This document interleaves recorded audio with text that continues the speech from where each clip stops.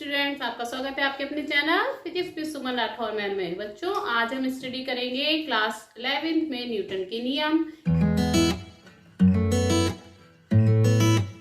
Newton ने जो नियम दिए थे उससे पहले की वीडियो में हम स्टडी कर चुके थे। बल क्या होता है, बल की बेसिक कितने टाइप्स होते हैं, ये सब अब जो है हम न्यूटन ने जो बलों पे नियम दिए थे, न्यूटन के गति विषयक 3 नियम, उन नियमों में प्रथम नियम का स्टडी करेंगे।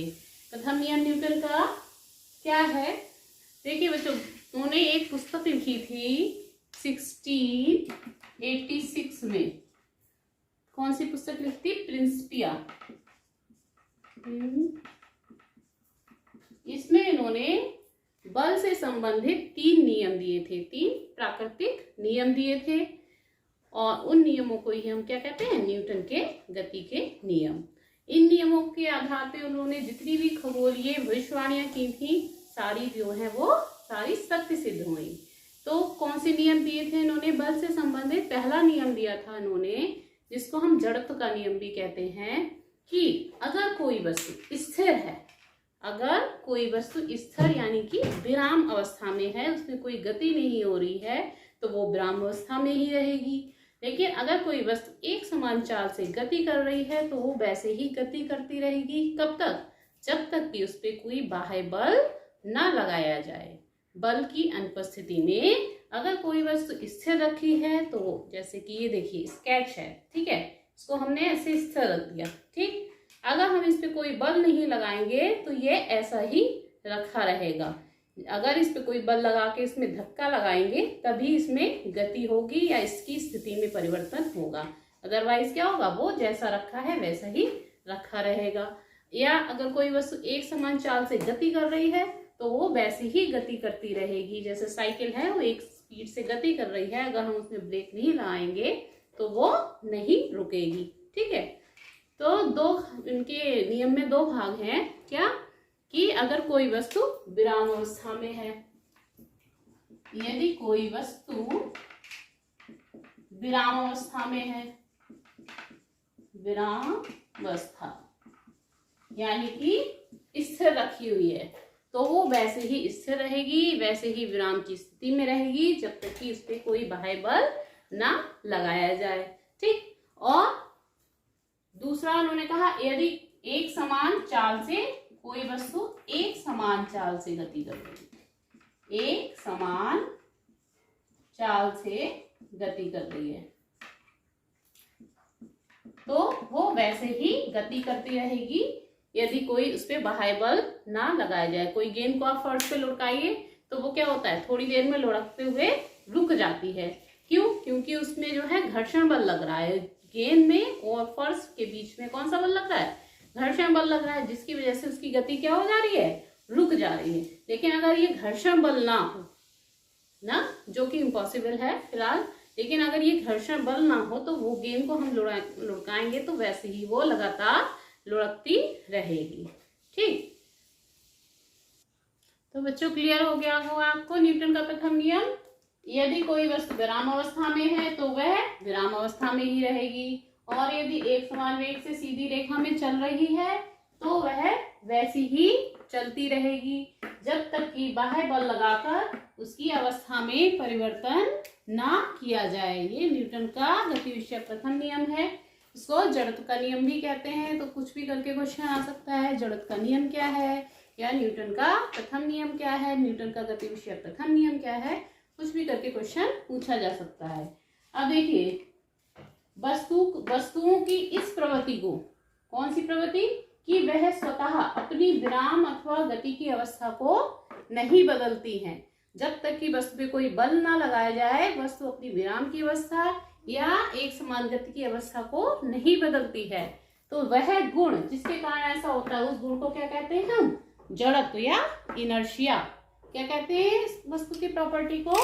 इनर्शिया। ये जो है वस्तु की मूलभूत प्रवृत्ति है। जड़त्व जो है कि वस्तु पे अगर कोई हम बल नहीं लगाएंगे तो वो अगर स्थिर रखी हुई है तो वैसे ही रखी रहना चाहेगी। एक समान गति से चल रही है तो वो वैसे ही चलती रहना चाहेगी जब तक कि कोई बाह्य बल उस पर आरोपित नहीं किया जाए। तो ये गुण क्या कहलाता है? जड़त्व, ठीक। और जड़त्व जो है, ये चीज ध्यान रखिए, वस्तु के द्रव्यमान पे निर्भर करता है, द्रव्यमान के अनुक्रमानुपाती होता है। जड़त्व अनुक्रमानुपाती वस्तु का द्रव्यमान m। अगर वस्तु भारी है तो उसका जड़त्व ज्यादा होगा, वस्तु हल्की है तो उसका जड़त्व कम होगा। जैसे एक कोई कार है और ट्रक है, दो वस्तुएं हमने ले ली, ठीक, तो ट्रक ज्यादा भारी होगा तो ट्रक का जड़त्व भी ज्यादा होगा। कार हल्की होगी ट्रक के मुकाबले तो कार का जड़त्व भी कम होगा। तो ट्रक को हमें स्थिति में, उसका अगर खड़ा है उसकी स्थिति में परिवर्तन करना है, उस पर बल लगाना है, धक्का लगा के उसकी स्थिति चेंज करनी है, तो उस पर हमें बल क्या करना होगा, ज्यादा लगाना होगा, क्योंकि उसका जड़त्व ज्यादा है। कार का जड़त्व कम है तो कार को कम बल लगा के ही हम उसकी स्थिति में परिवर्तन कर सकते हैं। तो इस चीज को अच्छे से ध्यान रखिएगा कि जड़त्व जो है वस्तु के द्रव्यमान के समानुपाती होता है। अब जड़त्व दो तरह का होता है, विराम का जड़त्व होता है और एक गति का जड़त्व होता है। जड़त्व के प्रकार, एक विराम का जड़त्व, विराम का जड़त्व, दूसरा गति का जड़त्व। विराम का जड़त्व क्या होता है कि अगर कोई वस्तु विराम अवस्था में है, स्थिर रखी हुई है, तो वो वैसी ही रखी रहेगी। अगर कोई बाह्य बल नहीं है तो वो वस्तु वैसी ही रखी रहेगी। ये उसकी प्रॉपर्टी है, वो उसकी स्थिति में बिना बल लगाए कोई परिवर्तन नहीं होगा। ये कोई पेन ये पड़ा है ऐसा, तो ऐसा ही पड़ा रहेगा जब तक कि हम इसको कोई छुएंगे नहीं, कुछ नहीं करेंगे, इस पर कोई बल नहीं लगाएंगे, तो इसकी स्थिति में कोई परिवर्तन नहीं होगा। मेज पे किताब रखी है वैसी ही रखी रहेगी जब तक कि हम उसको अपने आप से उसको धक्का नहीं किसी चीज से लगाते हैं, उसकी स्थिति में बल लगा के परिवर्तन नहीं करते हैं, तब तक वो वैसी ही की वैसी रखी रहेगी। ये वस्तु की विराम अवस्था का जड़त्व है, वस्तु की प्रॉपर्टी है, ठीक। दूसरा जड़त्व का कौन सा होता है, गति का जड़त्व होता है। गति का जड़त्व, गति का जड़त्व क्या होता है कि अगर वस्तु एक समान वेग से चल रही है तो वो वैसी ही चलती रहेगी लगातार, अगर हम कोई बाह्य बल उस पर नहीं लगाते हैं। तो अगर कोई वस्तु जो है गतिमान है, एक समान गति से चल रही है, तो वो उसी तरह से गति करती रहेगी। तो ये गति का जड़त्व होता है, ठीक है। तो इसको और एग्जाम्पल से क्लियर करते हैं तो और आपको अच्छे से समझ में आएगा जो है। तो न्यूटन का नियम आपको अच्छे से समझ में आ गया होगा। अब इसके जो हम एग्जाम्पल्स करेंगे, इसके प्रयोग करेंगे, इससे और आपको क्लियर होगा। तो न्यूटन का नियम क्या है, यदि कोई वस्तु विरामावस्था में है तो वह विरामावस्था में ही रहेगी। यदि कोई वस्तु एक समान वेग से चल रही है सीधी रेखा में, तो वो वैसी ही चलती रहेगी जब तक कि उस पर बाह्य बल लगाकर उसकी अवस्था में परिवर्तन ना किया जाए। आई थिंक याद हो गया होगा आपको पढ़ते पढ़ते। और दूसरा जो है जड़त्व की परिभाषा, वस्तुओं की इस प्रवृत्ति को कि वह स्वतः अपनी विराम या गति की अवस्था को नहीं बदलती हैं, जड़त्व कहलाता है। दोनों परिभाषाएं याद हो गई होंगी। अब इनके हम प्रयोग करते हैं, ठीक बच्चों। यहाँ से देखो बल की भी परिभाषा निकल के आ रही है। देखिए क्या है, बाह्य बल लगाकर ही वस्तु की अवस्था में परिवर्तन किया जा रहा है। इसका मतलब क्या है, बल क्या है, बल जो है एक ऐसा कारक है, बाह्य कारक है, जिससे कि वस्तु की विराम अवस्था या एक समान गति की अवस्था में परिवर्तन किया जाता है। अगर कोई वस्तु विराम में रखी हुई है, टेबल पे जो है पुस्तक रखी हुई है, तो वो वैसी ही रखी रहेगी जब तक कि उस पे हम बल नहीं लगाएंगे, बल लगाकर उसको नहीं हिलाएंगे। अगर कोई वस्तु एक समान चाल से चल रही है, जैसे कि साइकिल आप चला रहे हैं, तो वो तब तक चलती रहेगी जब तक कि उसको ब्रेक लगाकर यानी कि बल लगाकर उसको नहीं रोकेंगे, ठीक। तो बल की प्रॉपर्टी है कि अगर कोई वस्तु विरामावस्था में है तो वैसी ही रहेगी, अगर हम उसको बल द्वारा जो है उसको विस्थापित नहीं करेंगे। अगर कोई वस्तु चल रही है तो वैसी ही चलती रहेगी, अगर हम बल लगाकर उसको नहीं रोकेंगे।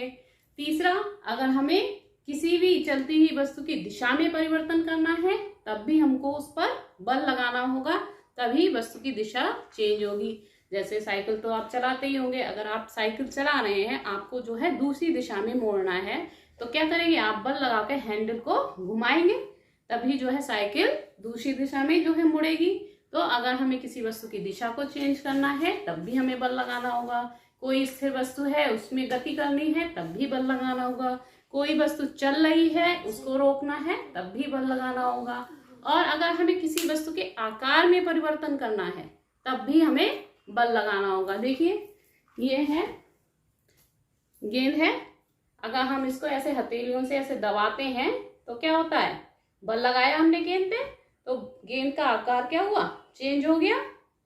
बल लगाकर हमने गेंद के आकार को चेंज कर दिया, चपटी हो गई है गोल से। तो अगर हमें किसी वस्तु का आकार चेंज करना है तब भी हमें वस्तु पे बल लगाना होगा। तो ये सारी बल की प्रॉपर्टीज हैं, है ना। तो यहाँ से बल की परिभाषा निकल के आ रही है। ठीक, अब इसके एग्जाम्पल देखिए आपने बच्चों गाड़ी में तो सफर किया होगा, ट्रेन में बैठे होंगे, या फिर आप कार में भी जो है आपने सफर किया होगा। तो क्या होता है, अगर आप कार में बैठे हुए हैं, ठीक है, कार एक समान आगे बढ़ती जा रही है स्पीड में, ठीक, अचानक से उसमें ब्रेक लगता है तो क्या होता है, आप जो है आगे की ओर झुक जाते हो। ध्यान दिया है कभी? अगर आप कार में चल रहे हैं, कार आगे जा रही है तेजी से और एकदम से ब्रेक अगर किसी ने, ड्राइवर ने लगा दिया तो आप क्या होगा, आगे की ओर झुक जाओगे। ऐसा क्यों होता है? ऐसा जड़त्व के नियम के कारण ही होता है। न्यूटन के प्रथम नियम के कारण ही जो है इसका स्पष्टीकरण हो सकता है। कैसे कि जो है अगर हम चल रहे हैं तो हमारा शरीर भी जो है उसी चाल से, जिस चाल से कार आगे बढ़ रही है उसी चाल से हमारा शरीर भी गतिमान है। लेकिन जैसे ही हमने ब्रेक लगाया तो हमारे शरीर का नीचे का हिस्सा जो है वो तो रुक गया कार के साथ, लेकिन आगे का हिस्सा जो है उसी चाल से आगे बढ़ रहा है। तो जैसे ही ब्रेक लगाया नीचे का रुक गया, आगे का हिस्सा क्या होगा, आगे की ओर बढ़ जाएगा। हमें झटका लगता, हम आगे की ओर झुक जाते हैं। तो ये जो है जड़त्व की वजह से ही होता है। या फिर जैसे अगर गाड़ी रुकी हुई है और एकदम से चल दी, अगर गाड़ी रुकी हुई है एकदम से चल दी तो क्या होगा, तो हमको पीछे की ओर झटका लगेगा। क्यों? क्योंकि उस समय हमारा शरीर स्थिर है, विरामावस्था में है। तो जैसे ही गाड़ी चली तो नीचे का हिस्सा तो हमारा गाड़ी के साथ आगे बढ़ा गाड़ी की स्पीड में, और पीछे का हिस्सा जो है रुका हुआ है, वो चाहेगा हम वैसे ही रुके रहें। वस्तु की जो है, किसी भी वस्तु की प्रॉपर्टी होती है कि जैसा जिस स्थिति में है वो उसी स्थिति में रहना चाहती है। तो हमारा शरीर आगे का हिस्सा जो है वो स्थिर रहना चाहेगा, जबकि नीचे का, गाड़ी में कार में बैठे होने का नीचे का हिस्सा आगे बढ़ा, पीछे का हिस्सा तो क्या होगा, हमें झटका लगेगा, हम पीछे की ओर झुक जाएंगे। ठीक, तो ये भी जो है आपका जड़त्व का एग्जाम्पल है, जड़त्व की वजह से ऐसा होता है। या फिर देखिए कभी आपने जो देखा होगा, कोई कंबल वगैरह है उससे अगर धूल निकालनी होती है तो क्या करते हैं, कंबल को हम झटकते हैं। झटकने से क्या होता है, धूल के कण अलग हो जाते हैं। क्यों हो जाते हैं? देखिए कंबल जब स्थिर अवस्था में है, विराम अवस्था में है, तो कण भी जो है स्थिर है, उसमें अपनी विराम अवस्था में है। तो जब हमने कंबल को झटका तो कंबल के कण तो जो है हिल गए, गति की अवस्था में आ गए, लेकिन धूल के कण जो है अपनी विराम अवस्था में ही रहना चाहेंगे, वो अपनी अवस्था को चेंज नहीं करना चाहेंगे। क्यों? जड़त्व के कारण, ये उनकी मौलिक प्रवृत्ति है ना। तो वो कण तो विराम अवस्था में ही रहना चाहेंगे, और कंबल को हम हिला रहे, कंबल के कण कैसे हो गए, गति की अवस्था में आ गए। तो इस तरह से जो है कंबल से धूल के कण क्या हो जाएंगे, अलग हो जाते हैं। ठीक, और भी इसके एग्जाम्पल हैं। देखिए बच्चों, ये एक कागज है, ये एक हमने कांच का ग्लास लिया है, और एक ये सिक्का है। हमने इसको जो है इस तरह से कागज को रखा और ये सिक्के को रखा। तो अगर हम तेजी से इसको हम हटाते हैं तो देखें क्या होता है। ये देखिए सिक्का जो है ग्लास में गिर गया, सिक्का ग्लास में गिर गया। ये क्यों हुआ? ये जड़त्व के नियम के कारण हुआ। सिक्का स्थिर था तो उसने चाहा जो है कि मैं अपनी विराम अवस्था में ही रहूं, लेकिन हमने क्या किया, कागज में गति की। जब कागज में गति की तो कागज में तो गति हो गई, लेकिन सिक्के ने अपनी स्थिति को चेंज करना नहीं चाहा, वो अपना विराम अवस्था में रखा था, विराम अवस्था में ही उसमें रहना चाहा, इसलिए वो ग्लास के अंदर गिर गया। तो ये जड़त्व के नियम के कारण ही होता है ऐसा। कोई वस्तु जो है जिस स्थिति में है वैसे ही रहना चाहेगी। अगर कोई विराम की स्थिति में है तो विराम की स्थिति में रहना चाहेगी, कोई गतिमान है तो वह गतिमान ही रहना चाहेगी। ये जड़त्व का नियम है। Thank you. देखिए चलती हुई गाड़ी में कभी आपने बॉल उछाली हो, कभी ऐसा किया है? अगर ट्रेन में आप बैठे हैं और आपने बॉल को ऊपर की ओर उछाला तो क्या होता है, आपके हाथ में बॉल वापस आ जाती है। क्यों आ जाती है? वैसे तो बॉल गिर जानी चाहिए, हम तो आगे बढ़ रहे हैं, लेकिन क्या है, बॉल भी जो है वो भी जिस स्पीड से ट्रेन चल रही है उसी वेग से बॉल भी आगे बढ़ रही है और हमारा शरीर भी उसी वेग से आगे बढ़ रहा है। इसलिए बॉल को हमने उछाला तो वो हाथ में हमारे वापस आ जाती है।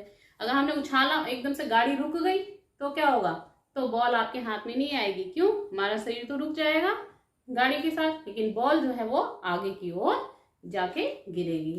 ठीक, और देखिए एक एक्सपेरिमेंट करके दिखाती हूँ मैं, इसका जड़त्व का नियम जो है उससे और आपको क्लियर होगा।